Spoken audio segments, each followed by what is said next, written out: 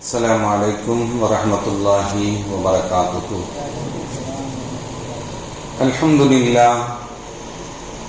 الحمد لله رب العالمين، والصلاة والسلام على أشرف المرسلين وعلى آله وصحبه أجمعين. أما بعد، فقد قال الله تعالى في القرآن العظيم والفرقان المجيد: أعوذ بالله من الشيطان الرجيم، بسم الله الرحمن الرحيم، واعبدوا الله ولا تشركوا به شيئا، رب اشرح لي صدري ويسر لي أمري واحلل عقدة من لساني يفقهوا قولي. اللهم صل على سيدنا محمد، اللهم صل عليه وسلم.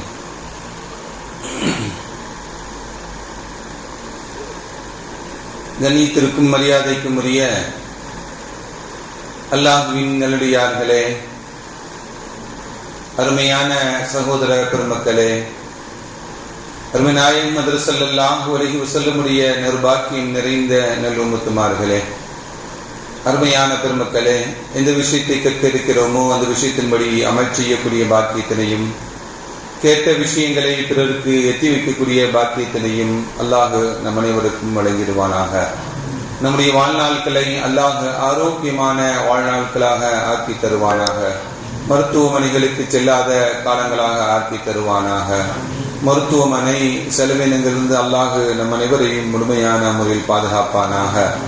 எல்லா விதமான ஆபத்துகள், விபத்துகள், பலாய் முசீபத்துகள், பரவக்கூடிய தொற்று நோய்கள், அனைத்து விதமான பாவ செயல்களிலிருந்தும் அல்லாஹ் நம் அனைவரையும் முழுமையான முறையில் பாதுகாத்து நிம்மதியான, அமைதியான, ராகத்தான, சந்தோஷமான, மகிழ்ச்சியான வாழ்க்கை இந்த உலகத்திலும் நாளை மறு உலகத்திலும் அல்லாஹ் அளவில்லாமல் வழங்கிடுவானாக. நம்முடைய ஹலாலான ஹாஜத்துகள் அனைத்தையும் அல்லாஹ் நிறைவேற்றி தந்தல் புரிவானாக. புனிதமான ஹஜ்ஜுடைய பாக்கியத்தினையும் உம்ராவுடைய பாக்கியத்தினையும் வாழ்நாளில் நிரம்ப செய்யக்கூடிய நல்ல தௌஃபீக்கினையும் நம் உயிரினும் மேலான கண்மணி நாயகம் ஸல்லல்லாஹு அலைஹி வஸல்லம் ரவுதாவில் நின்று நேரடியாக அவர்களுக்கு ஸலவாத்தும் ஸலாமும் சொல்லி ஜியாரத் செய்யக்கூடிய நசீபையும் அல்லாஹ் நம் அனைவருக்கும் வழங்கிடுவானாக என்று இந்த நல்ல நேரத்தில் துஆ செய்து துவங்குகிறேன். அருமையானவர்களே, இஸ்லாமிய மாதத்தினுடைய இரண்டாவது மாதமான சஃபர் மாதத்தினுடைய 3வது ஜுமாவில் நாம் எல்லாம் அமர்ந்திருக்கிறோம். அல்லாஹ் இந்த அமர்வை நாம் செய்யக்கூடிய வணக்க வழிபாடுகளை கபூல் செய்வானாக. அருமையான பெருமக்களே, இஸ்லாத்தினுடைய அடிப்படை ஓர் இறைவனை வணங்குவதுதான்.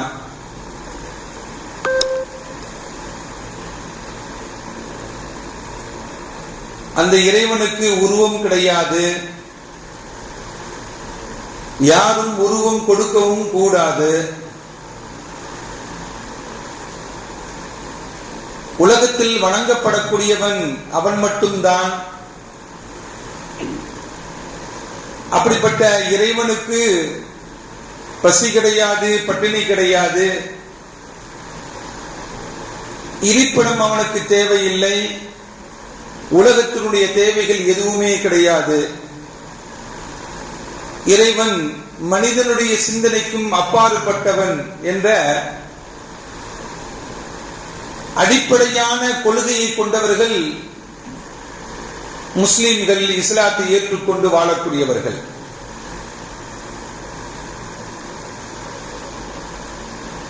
அப்படிப்பட்ட இறைவனுக்கு எந்த நிலையிலையும் நாம் ஷிர்க் செய்து விடாமல் வாழ வேண்டும். அல்லாஹ் எல்லா பாவங்களையும் மன்னித்து விடுகிறான், ஷிர்க்கை மட்டும் மன்னிப்பது கிடையாது. எல்லா பாவங்களுக்கும் மன்னிப்பு அல்லாஹ்விடம் உண்டு. ஷிர்க் என்னும் பெரும் பாவத்திற்கு மட்டும் அல்லாஹ்விடத்தில் மன்னிப்பு கிடையாது. ஏனென்றால் அவனுக்கு நிகராக ஒன்றை நாம் வைத்து விடுவதனால் அதை அவன் ஏற்றுக்கொள்வதில்லை. சாதாரண ஒரு மனிதன் ஒரு பதவியில் இருக்க அவனுக்கு நிகராக இன்னொருவரை கொண்டு வந்து விட்டாலே அவனால் மனதாலும் செயலாலும் ஏற்றுக்கொள்ள முடியாது. உலகத்தை படைத்தவன், மனிதர்களை படைத்தவன், கோடிக்கணக்கான ஜீவராசிகளை படைத்து உயிர் வைக்கக்கூடிய, உயிர் வாழக்க செய்து கொண்டிருக்கக்கூடிய ரப்புக்கு ஈடு இணையாக ஒன்றை கொண்டு வந்தால் அவன் எப்படி ஏற்றுக்கொள்வான்? அப்படிப்பட்ட இறைவனுக்கு ஷிர்க் என்னும் இணை வைக்கக்கூடிய நிலையை செய்யாமல் வாழுவதுதான் ஒரு மூமினான, ஒரு முஸ்லிமானவர்களுடைய கடமை. அல்லாஹ் ஷிர்க்கை மட்டும் மன்னிப்பதில்லை, எல்லா பாவங்களையும் மன்னித்து விடுகிறான் என்று நபிகள் நாயகம் ஸல்லல்லாஹு அலைஹி வஸல்லம் நமக்கு சொல்லி காட்டுறாங்க. நபிகள் நாயகம் ஸல்லல்லாஹு அலைஹி வஸல்லம் சொல்வாங்க, இன்ன ஆபாஉக்கும் வாஹிதுன் இன்ன ரப்பக்கும் வாஹித். உங்களுடைய தந்தையும் ஒரே ஒருவர் தான். யார்? ஹஜ்ரத் ஆதம் அலைஹிஸ்ஸலாம். அவருடைய அந்த ஒருவரிலிருந்து தான் இவ்வளவு மனித சமுதாயம், உலகத்தில் இருக்கக்கூடிய மனித சமுதாயம். உங்களுடைய ரப்பும் ஒருவன் தான் என்று நபிகள் நாயகம் ஸல்லல்லாஹு அலைஹி வஸல்லம் சொன்னார். அப்படி என்றால் அருமையான பெருமக்களே, நம்முடைய தந்தையான ஆதம் அலைஹிஸ்ஸலாம் அவர்கள் தான் நமக்கு தந்தை அல்ல. நமக்கு பயோலஜிக்கலாக ஃபாதர் உண்டு. நமக்குண்டான தந்தைன்னு சொல்லி நம்மை பெற்றெடுத்த தந்தை என்று உண்டு. பயோலஜிக்கலான ஃபாதர் உண்டு. அந்த ஃபாதருக்கு ஏதாவது ஒன்று என்றால் நம்மால் தாங்கிக் கொள்ள முடியாது. அப்படிதானே? அப்படி என்றால் இறைவனுக்கு நிகராக ஒன்றை நாம் கொண்டு வந்தோம் என்றால் அவன் எப்படி ஏற்றுக்கொள்வான்? நம்மை பெற்றெடுத்த இறைவனுக்கு, தகப்பனுக்கு நிகரானதை ஒன்றை ஏற்படுத்தி விட்டாலே நம்மால் தாங்கிக் கொள்ள முடியவில்லை. இறைவனுக்கு நிகரானதை ஒன்று ஒரு ஷிர்க்கை செய்து கொண்டால் அல்லாஹ் எப்படி ஏற்றுக்கொள்வான்? அதை ஏற்றுக்கொள்ள மாட்டான். அதனால் ஷிர்க் என்ற பாவத்தை தவிர எல்லா பாவங்களையும் மன்னிப்பான், ஷிர்க்கை மட்டும் மன்னிப்பதில்லை என்று நபிகள் நாயகம் ஸல்லல்லாஹு அலைஹி வஸல்லம் சொல்லி காட்டார். ஒரு நபர் உரையாற்றுகிறார். ஸல்லல்லாஹு அலைஹி வஸல்லமுடைய அவையில் இருந்து உரையாற்றுகிறார். அந்த உரையினுடைய ஆரம்பத்தில் யார் உரையாற்றினாலும் அல்லாஹ்வை புகழக்கூடிய வார்த்தைகள், அல்ஹம்துலில்லாஹ் போன்ற வார்த்தைகளை இருக்க வேண்டும் உரையினுடைய ஆரம்பத்தில். அதற்கு பிறகு நபிகள் நாயகம் ஸல்லல்லாஹு அலைஹி வஸல்லம் அவர்களுக்கு துஆ செய்தவர்களாக, ஸலவாத் சொன்னவர்களாக அந்த உரையை ஆரம்பிக்க வேண்டும். ஸல்லல்லாஹு அலைஹி வஸல்லம் அவையில் இருந்து உரையாற்றக்கூடிய அந்த மனிதர் அல்லாஹ்வை புகழ்ந்தவராக, நபிகள் நாயகம் ஸல்லல்லாஹு அலைஹி வஸல்லம் மீது ஸலவாத்தை சொன்னவராக அவருடைய உரை இருந்தது. அந்த உரையினுடைய ஓட்டத்தில் ஒரு செய்தியை சொல்லுகிறார். மை யுத்இல்லாஹ வ ரசூலஹு ஃபகத் ரஷத். யார் அல்லாஹ்வையும் அல்லாஹ்வுடைய ரசூலுக்கும் கட்டுப்பட்டு வாழுகிறார்களோ, அவர்களை முழுமையாக பின்பற்றி வாழுகிறார்களோ, அவர்களுக்கு முழுமையாக இத்தாஅத் பண்ணுகிறார்களோ, அவர் நேர்வழி பெற்று விட்டார் என்று அவருடைய உரையினுடைய ஒரு பகுதி. அடுத்து தொடர்ந்து அவருடைய உரையில் சொல்லுகிறார், வமை யஸிஹிமா. அந்த இருவருக்கும் யார் மாறு செய்கிறார்களோ, அல்லாஹ்வுக்கும் அல்லாஹ்வுடைய ரசூலுக்கும் அந்த இருவருக்கும் யார் மாறு செய்கிறார்களோ, ஃபஇன்னஹு லா யதுர்ரு இல்லா நஃப்ஸா. அவர் தனக்குத்தானே தீங்கு செய்து கொண்டவரே போல ஆவார். வலா யதுர்ருல்லாஹ ஷைஆ. அல்லாஹ்வுக்கு எந்த விதமான தீங்கும் கிடையாது என்று அவருடைய உரையில் இந்த வார்த்தைகளை பயன்படுத்தி உரையாற்றிக் கொண்டிருக்கிறார். இது நல்ல வார்த்தை தானே? இதுல எந்த கெட்ட வார்த்தைகளும் இல்லையே, தவறான வார்த்தைகளும் இல்லையே அப்படின்னு நமக்கு தெரியுது. ஆனால் நபிகள் நாயகம் ஸல்லல்லாஹு அலைஹி வஸல்லம் அவர் உரையாற்றி முடித்த பிறகு பிஸல் ஹதீப் அன்த, உரையாற்றக்கூடியவரிலே மிக கெட்ட உரையாற்றக்கூடியவர் நீ என்று சொன்னாங்க ஸல்லல்லாஹு அலைஹி வஸல்லம்.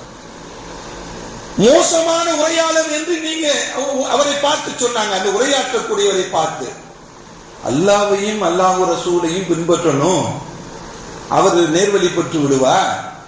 அல்லாஹ்வும் அல்லாஹ்வுடைய ரசூலுக்கும் மாற்றம் செய்தவர், அவர் தனக்குத்தானே இடையூறு அளித்துக் கொண்டவரை போலாவார்.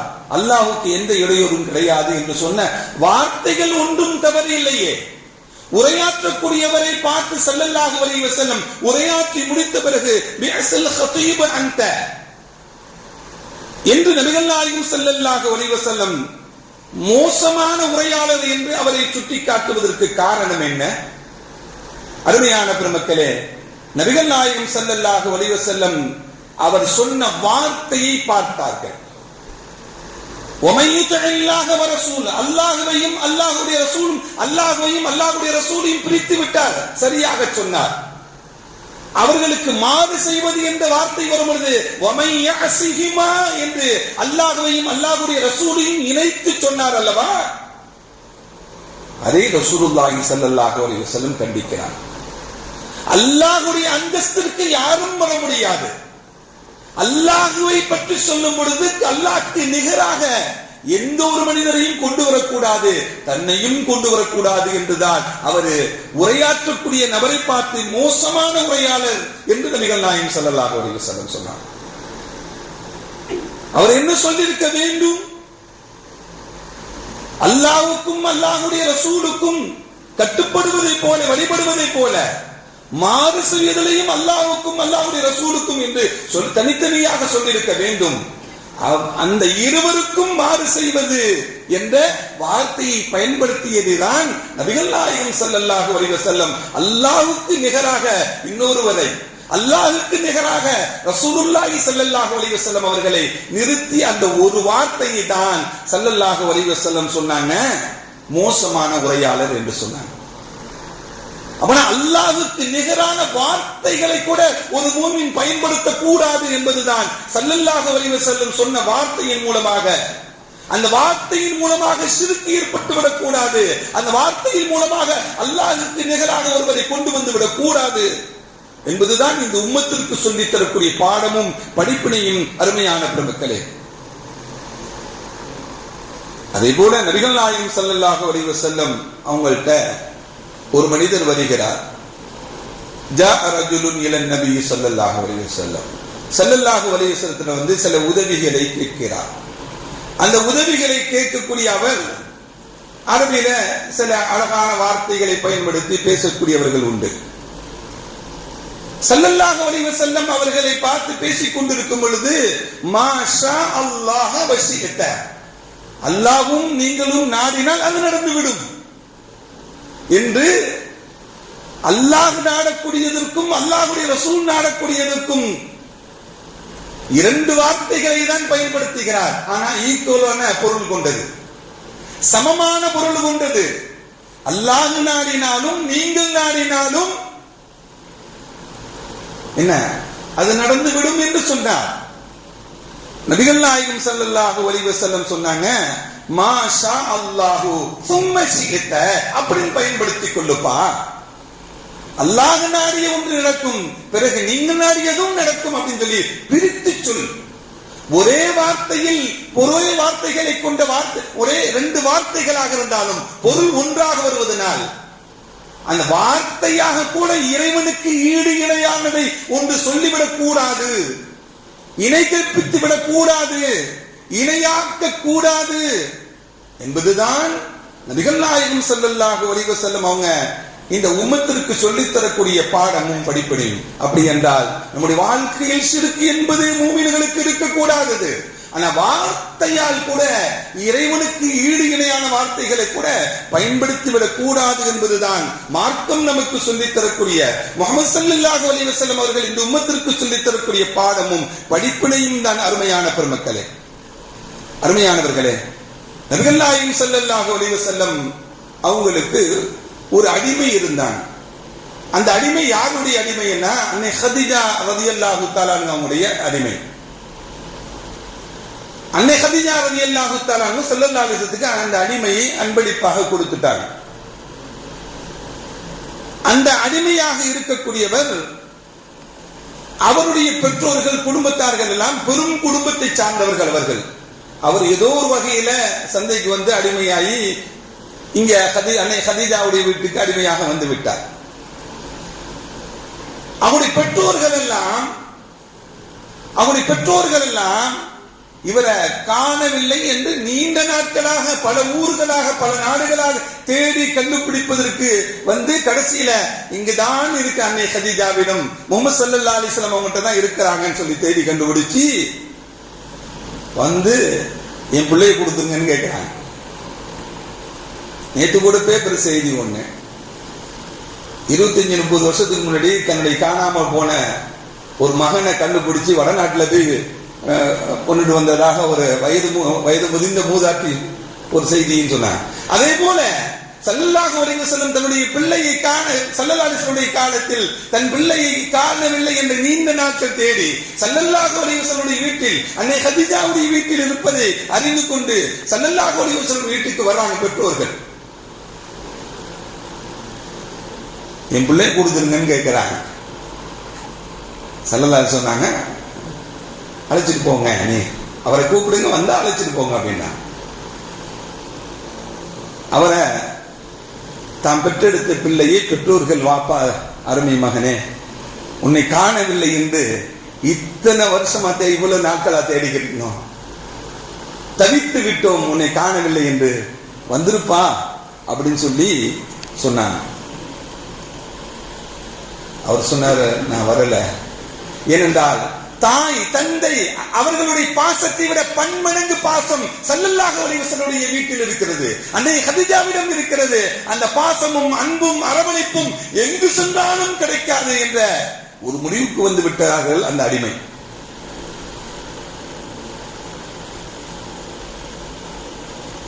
ஸல்லல்லாஹு அலைஹி வஸல்லம் அவங்க போக மாட்டேன்னு சொன்னோன்னே அவரை உரிமை விட்டுட்டாங்க. ஸல்லல்லாஹு அலைஹி வஸல்லம் அடிமைத்தனத்திலிருந்து உரிமை விட்டுட்டாங்க. அந்த சஹாபியுடைய பெயர், அடிமையாக இருந்து உரிமையிடப்பட்ட அந்த சஹாபியுடைய பெயர் ஸைத் ரலியல்லாஹு தஆலா அன்ஹு. குர்ஆனில் ஒரே ஒரு நபருடைய பெயர் தான், ஒரே ஒரு சஹாபியுடைய பெயர் தான் நேரடியாக பெயராகவே பதிக்கப்பட்டுள்ளது குர்ஆனில். அந்த சஹாபி ஸைத் ரலியல்லாஹு தஆலா. வேற எந்த சஹாபியுடைய பெயரும் குர்ஆன்ல இல்லை. வேற எந்த சஹாபியுடைய பெயரும் குர்ஆனில் கிடையாது. சஹாபிகளில் ஒரே ஒரு சஹாபியுடைய பெயர் நேரடியாக சொல்லக்கூடிய பெயர் ஸைத். அந்த ஸைத் தான், அந்த ஸைத் ரலியல்லாஹு தஆலா அவங்க தான் அந்த அடிமையாக இருந்தவர்கள். அவர்கள் சம்பந்தமாக அல்லாஹ் குர்ஆனிலே சொல்லி காட்டுகிறார், இது தகூலு லில்லதீன அன்அமல்லாஹு அலைஹி வ அன்அமல்லாஹு அலைஹி.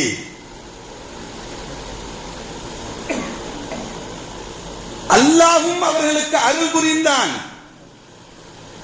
அல்லாஹ்வுடைய ரசூலும் அவர்களுக்கு அருள் புரிந்தார்கள் என்று அல்லாஹ் திருக்குர்ஆனிலே அன்அமல்லாஹு அலைஹி வ அன்அம அலைஹி என்று அல்லாஹ் வார்த்தைகளில் பிரித்து சொல்கிறார்.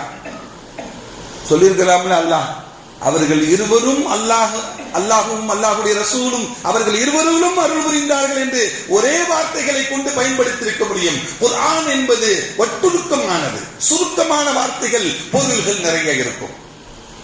வார்த்தை சின்னதாக இருக்கும், அதுக்கு மீனிங் பெருசாக இருக்கும், அதற்குரிய உள்ளடக்கம் நிறையாக இருக்கும். ஆனால் அந்த சுருக்கமாக சொல்லக்கூடிய திருக்குர்ஆன் வார்த்தைகளை கூட அல்லாஹ் தனக்கு பயன்படுத்தக்கூடிய வார்த்தையை இன்னொருவரும் சொல்லக்கூடாது. தன்னுடைய தூதருக்கு கூட என்ன பண்ணல, ஏனென்றால் அந்த வார்த்தைகள் கூட ஈடு இணையாக இருக்கக்கூடாது என்பதுதான் திருக்குர்ஆன் சொல்லி காட்டுகிறது. எந்த நிலையிலும் எந்த மூமினும் அல்லாஹ்வுடைய ரசூலை கடவுள் என்று யாரும் சொல்ல மாட்டார்கள், சொல்லவும் மாட்டார்கள். சொல்லிவிட்டால் ஈமான் போய்விடும், ஈமான் இல்லாதவர்களாக ஆகிவிடுவார்கள். அப்படி ஆகிவிடக் கூடாது என்பதற்காக வேண்டிதான் அன்அமல்லாஹு அலைஹி வ அன்அம அலைஹி என்று அல்லாஹ் வார்த்தைகளை பிரித்து சொல்லுகிறான். அந்த வார்த்தைகளை பிரித்து சொல்வதற்கு காரணம் என்ன? இணை வைப்பது அல்லாஹ்வுக்கு பிடிக்காது. இணை வைக்கக்கூடிய வார்த்தைகளையும் மூமின்கள் பயன்படுத்தக் கூடாது என்பதுதான் இந்த குர்ஆன் வசனம் நமக்கு சொல்லித்தரக்கூடிய செய்திகள், பாடங்களும் படிப்பணிகளும். அருமையான பெருமக்களே, இப்படி குர்ஆனுடைய நெடுகிலும் பார்த்தாலும் இப்படி ஷிர்க்குக்கு ஈடு இணையான ஒன்றை எப்பவுமே கற்பிக்காது. அருமையான பெருமக்களே, அதே போல குர்ஆன்ல யூதர்கள் எல்லாம் உஸைர் அலைஹிஸ்ஸலாம் அவர்களை தன்னுடைய மகன் என்று சொல்லுகிறார். ஈசா அலைஹிஸ்ஸலாம் அவங்கள நஸராக்கள் கிறிஸ்தவர்கள் தன்னுடைய மகன் அல்லாஹ்வுடைய பிள்ளை என்று சொல்றாங்க. அல்லாஹ்வுடைய பிள்ளை, இவர் அல்லாஹ்வுடைய பிள்ளைன்னு யூதர்கள் சொல்றாங்க.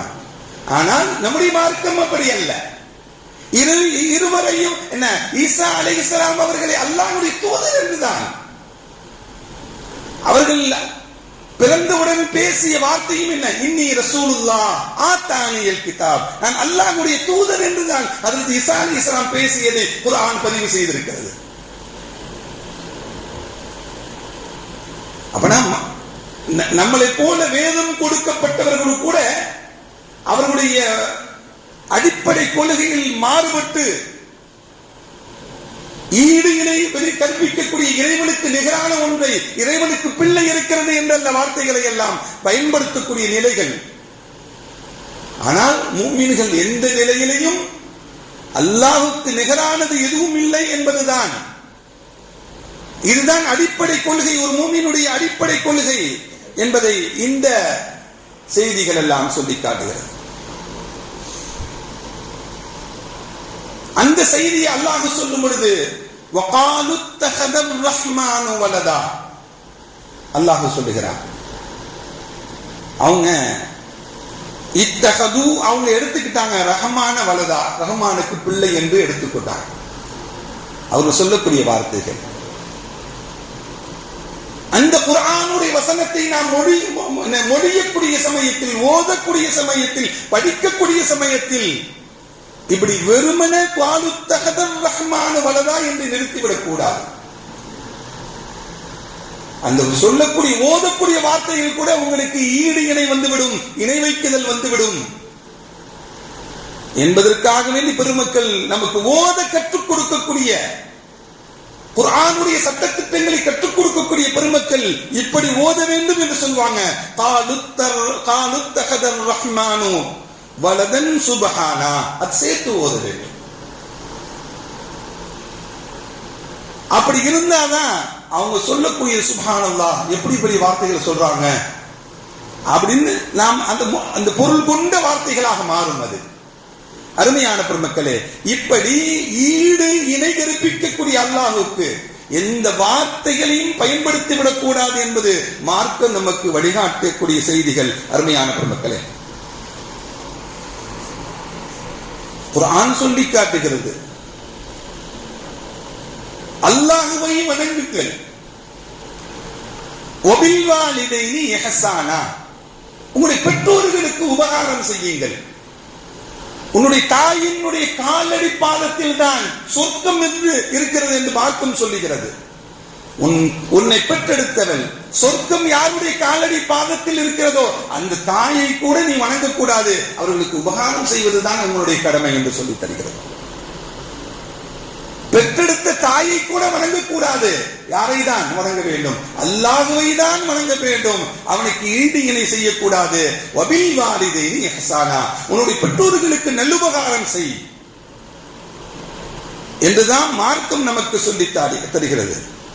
இன்னொரு வசனத்தில் அல்லாஹ் சொல்லுவான், வவஸ்ஸைனல் இன்சான, மனிதனுக்கு நாம் உபதேசம் செய்தோம்.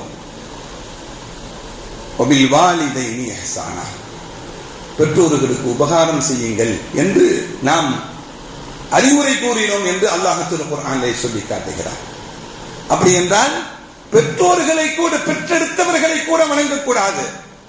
அதுக்கு மேல ரசூலுல்லாஹ்வை கூட வணங்கக்கூடாது.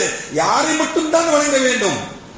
அல்லாஹ்வை மட்டும்தான் வணங்க வேண்டும் என்ற கொள்கை, அடிப்படை கொள்கை, அடிப்படை ஈமான், அடிப்படை உறுதியான நிலைப்பாடு ஒவ்வொரு மூமினிடமும் இருக்க வேண்டும் என்பதுதான் இஸ்லாமிய மார்க்க கோட்பாடுகள். அருமையான பெருமக்களே, இதையெல்லாம் சொல்வதற்குண்டான காரணங்கள் என்ன அப்படின்னா, இன்னைக்கு தேசபக்தி என்ற பெயர்ல ஒரு சட்டத்தை கொண்டு வந்திருக்கிறார். தேசபக்தி என்றால் என்ன? இந்த நாட்டினுடைய முதல் பிரதமர் பண்டிட் ஜவஹர்லால் நேரு சொல்லுவார், நிலத்தை நேசிப்பது தேசபக்தி அல்ல, நிலத்தில் உள்ளவர்களை மதிப்பதுதான் தேசபக்தின்னு சொல்லுவாங்க. அப்பனா மனுஷனை மதிக்கணும்னு சொல்றாரு. மனுஷனை மதிப்பது அதுதான் மனிதனுக்கு தேவையான உபகாரங்களை, உதவிகளை செய்வதுதான் தேசபக்தி. இந்த மண்ணில் யாரெல்லாம் வசிக்கிறார்களோ அவர்களை கண்ணியப்படுத்துவது, அவர்களை நேசிப்பது, அவர்களை தேவைகளை நிறைவு செய்வது, அதுதான் தேசபக்தி என்று சொல்லுகிறார். தேசபக்தி என்று எதெல்லாம் நாம் எடுத்துக்கொள்ளலாம். நாட்டுடைய வளங்களை பாதுகாப்பதிலே நாம் தேசபக்தியை எடுத்துக் கொள்ளலாம். நாட்டுடைய நதிகளை ஆறுகளை ஓடுவது, அதை பாசுபடாமல் வைப்பது, அதை பாதுகாப்பது தேசபக்தின்னு வைத்துக்கலாம். கண்ணிவ வளங்களை நாம் பாதுகாப்பதில் என்ன பண்ணலாம், தேசபக்தின்னு வச்சுக்கலாம். ஆனால் ஒரு பாடலை பாடுவதன் மூலமாக தேசபக்தி வந்துடுமானா வராது. இதையெல்லாம் கொண்டு வருவதற்கு காரணம் என்ன அப்படின்னா, இத முஸ்லிம்கள் படிக்க மாட்டாங்க, இது முஸ்லிம்கள் படித்தா ஷிர்க் இருக்கு, இவர்களை இந்த தேசபக்திக்கு எதிரானவர்களாக கொண்டு வருவதற்குனே ஒரு சட்டத்தை நேற்று ஏற்றிருக்காங்க. இரவைகளிலும் நிறைவேற்றப்பட்டு விட்டது. இன்னும் ஒரு பொம்பளுடைய கையெழுத்துக்கு தான் வெயிட்டிங். இதை மதிக்காதவர்கள், இதை அவமதித்தவர்கள், இதை பாடுவதற்கு தடை செய்தவர்களுக்கு என்ன தண்டனை தெரியுமா? 3 வருஷம் தண்டனை, ஜெயில் தண்டனை, அல்லது அபராதம், அல்லது இரண்டும் சேர்ந்தும் கொடுக்கப்படும் என்று சொல்றாங்க. 3 வருஷம் ஜெயில் தண்டனை, அபராதம், அல்லது இரண்டும் சேர்ந்து கூட தண்டனையாக வழங்கப்படும் என்ற செய்திகள் எல்லாம். இந்த பாடல் எங்கிருந்து வந்தது அப்படின்னா, வங்காளதேசத்திலிருந்து உருவான பாடல் தான். வங்காளதேசத்துடைய மொழியில் வங்காளம், சிராஜுத்தௌலா போன்ற பெரும் மகரங்கள் எல்லாம் ஆட்சி செய்த பீடம் அது வங்காளம். சிராஜுத்தௌலா போன்றவர்களை எல்லாம் அநியாயமாக கொல்லப்பட்டு கொண்டு குவித்தார்கள். அந்த வங்காள தேசத்தில் ஒரு நாவல் எழுதக்கூடியவர், ஒரு கதை எழுதக்கூடியவர், ஒரு கற்பனை கதை எழுதக்கூடியவர் பக்கிம் சந்திர சட்டர்ஜி அப்படிங்கிறவர் தான் என்ன பண்றாரு, ஆனந்த மடம் என்ற ஒரு இதை எழுதுறார், ஒரு கதையை எழுதுறாரு, ஒரு கற்பனை ஸ்டோரி எழுதுறாரு. அதுல ஒரு ஹீரோவாக பாபா நந்தனை கொண்டு வந்து அவர் ஹீரோவா காட்டி, அவர் இந்த நாட்டுக்கு தேசபக்திக்கும் நாட்டை இந்துக்கள் ஆள வேண்டும் அப்படின்னு அந்த கற்பனை கதையினுடைய ஓட்டமாக இந்த பாடலுடைய சில வரிகள் வருகின்றன. இந்த பாடல், இந்த கதையில் வரக்கூடிய பாடல் வரிகளை தான் ஒரு டிராமாவில் வரக்கூடிய ஒரு கற்பனை கதையில் எழுதி வைத்திருக்கக்கூடிய 4 வரிகளை தான் தேசபக்தி உருவாகக்கூடிய வரிகள் என்று சட்டமாக ஏற்கப்படுகிறது. அருமையான பெருமக்களே, இது முஸ்லிம்களுக்கு எதிராக கொண்டு வரப்படக்கூடியது.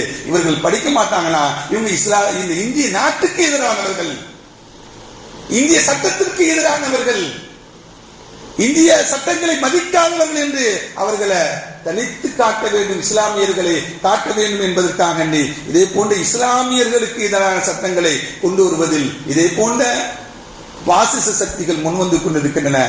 அல்லாஹ் இதே போன்ற தீய சக்திகள் இருந்து இந்த உம்மத்தை பாதுகாப்பானாக, முஃமின்களை பாதுகாப்பானாக.